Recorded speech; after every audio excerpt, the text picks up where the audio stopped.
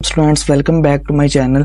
This is me Umar Slim. I hope that you are good and having sound also. Today I will discuss the topic about of legalization, scholarship original process, definition of legalization, documents, charges, duration and time, why we need legalization, scholarship documents, location of test, legalized document.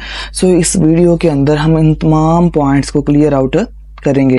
First of all हम discuss करेंगे कि what is legalization. It is a process you need to go through after online application submission. ये एक ऐसा process होता है जो कि हमें ऑनलाइन एप्लीकेशन सबमिशन के लिए रिक्वायर होता है फॉर रीजनल स्कॉलरशिप. मतलब लीगलाइजेशन एक ऐसा अमल है जो कि हमें स्कॉलरशिप पे जब हम अप्लाई करते हैं उसके लिए हमारे डॉक्यूमेंट्स ऑनलाइन जो है ऑनलाइन जब हम एप्लीकेशन सबमिशन करते हैं उसके लिए हमारे फर्स्ट ऑफ ऑल पहले डॉक्यूमेंट्स लीगलाइज होते हैं, उसको कहते हैं लीगलाइजेशन. ये एक ऐसा अमल है जो कि इटली के अंदर सिर्फ लीगलाइजेशन का प्रोसेस मोस्टली रीजनल स्कॉलरशिप के लिए होता है ताकि हमारे जो फॉरेन में जो डॉक्यूमेंट्स जाने हैं इटली के अंदर क्या वाकई वो हम उनके कंट्री के मुताबिक वैलिड हैं. नेक्स्ट इसके डॉक्यूमेंट्स हैं कि डॉक्यूमेंट्स कौन कौन से रिक्वायर्ड होते हैं लीगलाइजेशन के लिए. First of all FBR low income certificate होता है, ये आपका FBR से बनेगा लो इनकम सर्टिफिकेट. उसके बाद आपका नो प्रॉपर्टी सर्टिफिकेट. अगर आपकी प्रॉपर्टी है तो ठीक है, अगर आपकी प्रॉपर्टी नहीं है तो आपको एक प्रॉपर्टी सर्टिफिकेट भी बनवा लेना चाहिए. उसके बाद आपका FRC फैमिली ट्री सर्टिफिकेट, ये भी आपका बन जाएगा नादरा के अंदर से. उसके बाद आपने पासपोर्ट की कॉपीज लगानी A4 साइज की 3 या 4. उसके बाद authority letter. What is authority letter? ये अथॉरिटी लेटर को हम जो है नेक्स्ट जो है इसको डिस्कस करेंगे. उसके बाद स्टूडेंट्स हम देखते हैं इसके चार्जेस क्या, लीगलाइजेशन के क्या चार्जेस हमें जो है वो मिलने को देखने को मिलते हैं.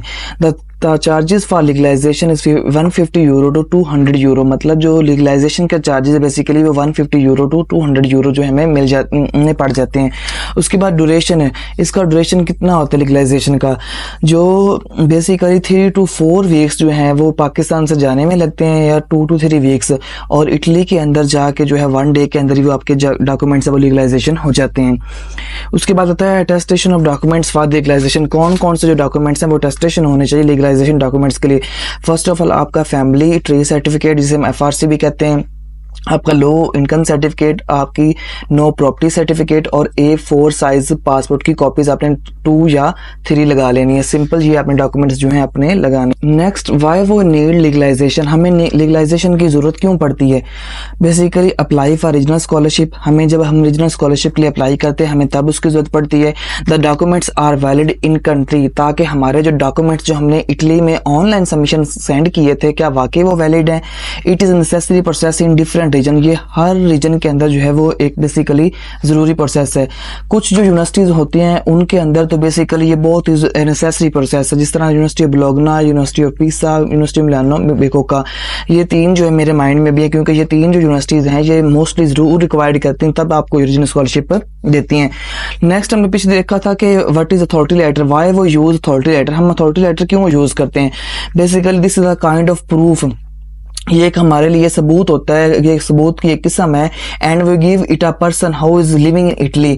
बेसिकली जो भी आपका दोस्त है जो कि इटली के अंदर रह रहा है, हम एक अथॉरिटी लेटर लेते हैं जो कि हम अपने डॉक्यूमेंट्स को इटली में भेजते हैं, वो हम बेसिकली अथॉरिटी लेटर लगाते हैं. अथॉरिटी लेटर क्या होता है? बेसिकली एक तरह का एफिडेविट फॉर्म होता है.